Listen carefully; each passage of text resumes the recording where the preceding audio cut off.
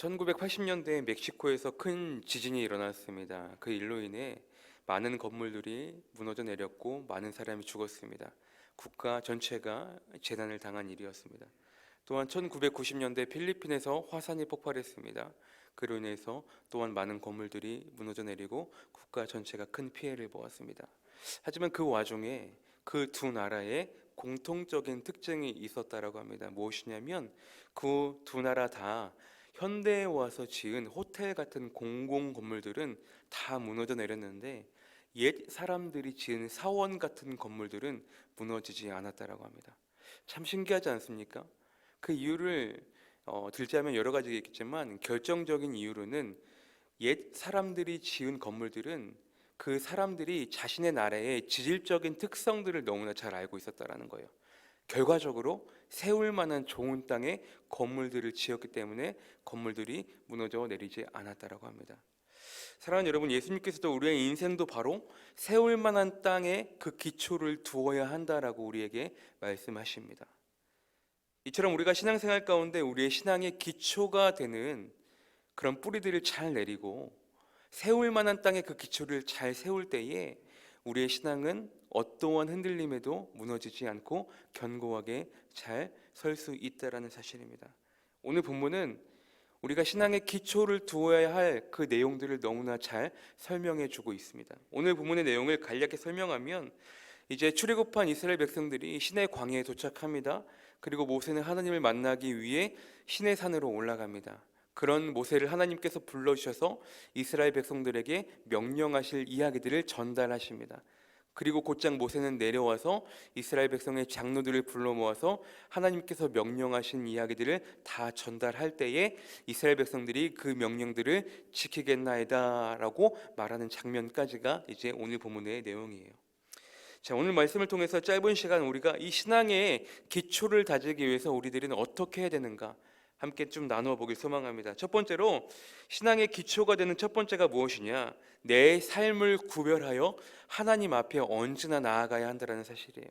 내 삶을 구별하여서 하나님 앞에 나아가야 한다는 거예요.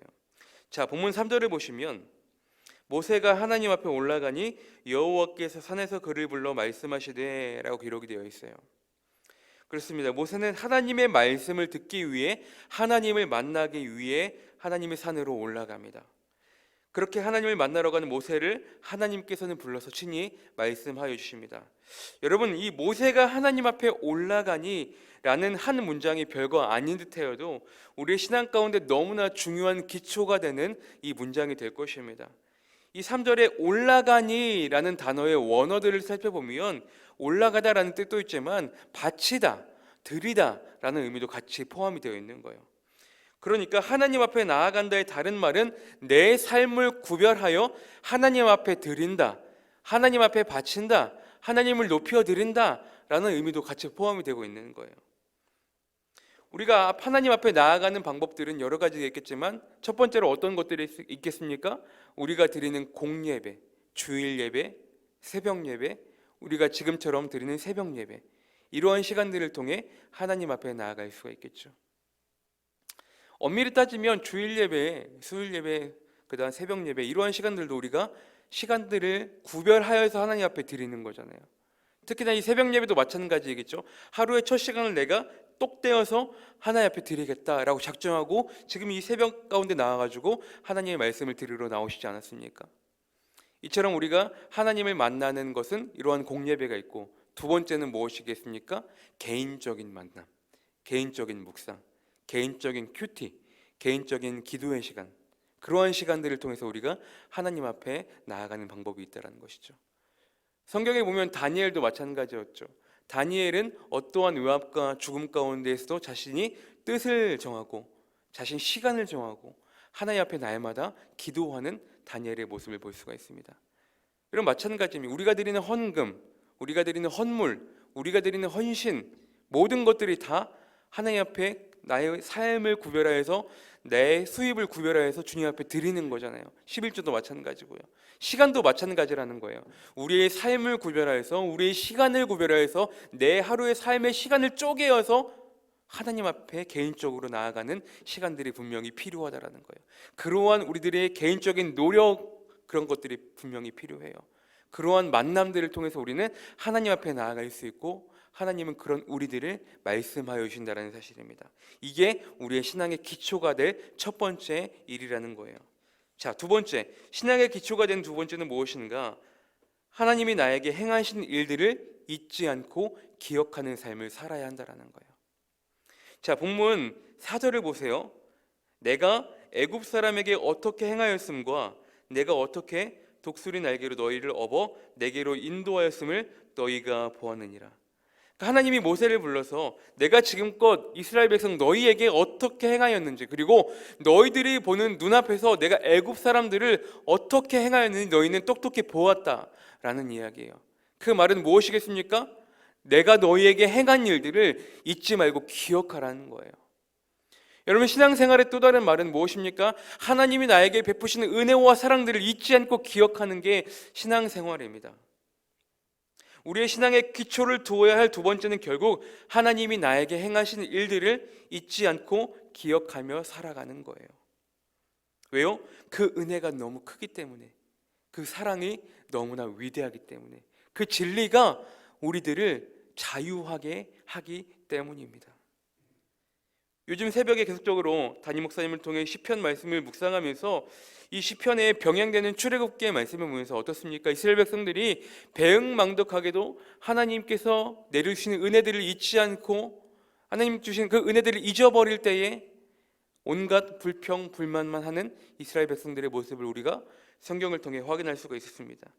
사랑하는 여러분, 우리가 하나님께서 나에게 행하시는 일들을 잊지 않을 때 우리가 하나님 앞에 자연스럽게 감사할 수 있는 삶을 살아갈 수 있고, 우리가 감사하는 삶이 늘어날 때에 하나님이 나에게 베푸시는 은혜들을 우리가 잊지 않고 하나님의 은혜들을 체험하고 경험하는 삶을 살아갈 수가 있다라는 거예요. 이 신앙의 원리는 다 연결이 되어 있는 거거든요. 내게 베푸신 은혜들을, 내게 행하신 일들을 잊지 않고 기억할 때 감사할 수 있고, 감사할 수 있는 삶을 살아갈 때 날마다 은혜를 발견할 수 있는 삶을 살아갈 수 있다는 거예요. 이것이 우리의 신앙의 기초가 되어야 될 두 번째 이야기일 것입니다. 마지막으로 신앙의 기초가 되어야 될 세 번째는 무엇이냐? 하나님의 말씀을 잘 듣고 잘 지켜 행하는 삶을 살아야 한다는 거예요. 이게 신앙의 기초가 될 세 번째 이야기입니다. 자, 본문 19장 5절에 보세요. 세계가 다 내게 속하였나니 너희가 내 말을 잘 듣고 내 언약을 잘 지키면 이라고 기록이 되어 있어요. 뭐라고 합니까? 내 말을 잘 듣고 내 언약을 잘 지키라. 하나님께서 모세를 통해 이스라엘 백성들의 장로들을 불러서 이같이 말씀하라고 명령하십니다. 결국 가장 중요한 신앙의 기초가 되어야 될 세 번째는 하나님의 말씀을 잘 듣고 지켜 행하는 삶을 살아야 한다는 거예요.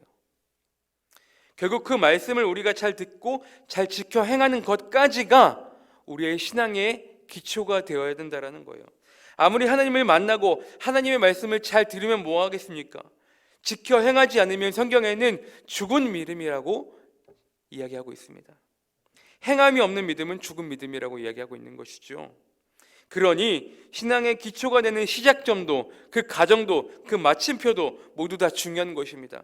기초가 되는 시작점은 무엇입니까? 하나님 앞에 나아가는 것. 어쨌든 그게 시작이 되어야 되겠죠. 그 과정은 무엇입니까? 하나님이 나에게 행하신 일들을 잊지 않고 기억하는 것. 그럴 때 하나님의 은혜를 날마다 우리가 기억할 수 있겠죠. 마지막 마침표는 무엇입니까? 하나님의 말씀을 잘 지켜 행하는 것까지가 마침표가 딱 지켜야 되는 거예요. 여러분, 우리가 문장을 쓸 때도 우리가 좋은 문장을 다 쓰고서 마지막에 마침표를 찍는 것까지가 중요한 거잖아요. 신앙의 마침표까지가 우리가 잘 지켜야 되는 거예요. 결국 이 신앙의 삼박자가 고루 갖춰져야지 우리는 어떠한 흔들림에도 넘어지지 않고 쓰러지지 않고 굳건히 견딜 수 있다는 사실입니다. 그리고 마지막으로 우리가 하나님 말씀을 잘 듣고 지켜 행할 때에 하나님께서 우리에게 놀라운 축복을 주신다라고 말씀하시죠. 확인해 볼까요? 자, 본문 19장 5절 6절을 보세요. 세계가 다 내게 속하였나니 너희가 내 말을 잘 듣고 내 언약을 지키면 너희는 모든 민족 중에서 내 소유가 되겠고, 6절 너희가 내게 대하여 제사장 나라가 되며 거룩한 백성이 되리라. 너는 이 말을 이스라엘 자손에게 전할지니라. 뭐라고 합니까? 하나님이 이스라엘 백성들에게 약속하십니다. 내 말과 언약을 지키면 첫 번째, 하나님의 소유가 된다. 두 번째, 제사장 나라가 된다. 세 번째, 거룩한 백성이 된다라고 약속하십니다. 많이 들어본 성경 구절이죠.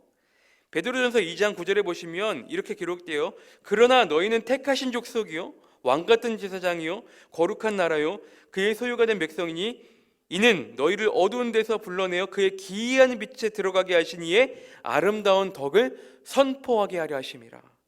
지금 읽은 이 베드로전서 2장 9절의 말씀을 조금 더 쉽게 풀이한 메시지 성경에서는 이렇게 기록됩니다. 잘 들어보세요. 그러나 여러분은 하나님께서 택하신 사람들입니다. 여러분은 제사장의 일이라는 고귀한 사명을 감당하도록 선택받았고 거룩한 백성이 되도록 선택받았으며 하나님의 일을 하고 하나님을 위해 말하는 그분의 도구로 선택받았습니다 라고 이야기합니다. 여러분, 우리가 하나님의 말씀을 잘 지켜 행할 때에 택함받은 백성으로 왕같은 제사장으로 하나님 나라의 거룩한 제사장으로 하나님이 여겨주시고 축복하여 주신다는 사실입니다.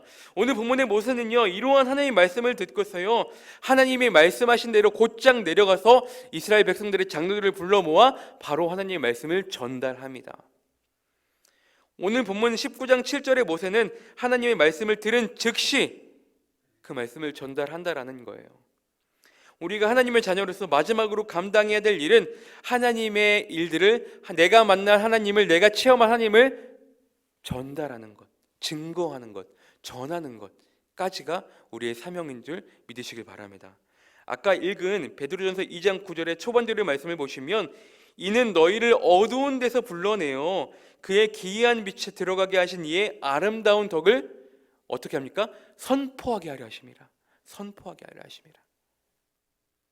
결국 하나님을 알지 못하는 다른 사람들에게 내가 그랬듯, 내가 경험했듯, 내가 체험했듯, 내가 만난 하나님, 내가 경험한 하나님, 내게 임하신 하나님, 그 하나님을 어떤 식으로든 증거하고 선포하는 삶을 우리가 마땅히 살아야 된다는 사실입니다. 사랑하는 성도 여러분, 오늘 우리에게 주어진 귀한 하루 어떻게 살아가시겠습니까?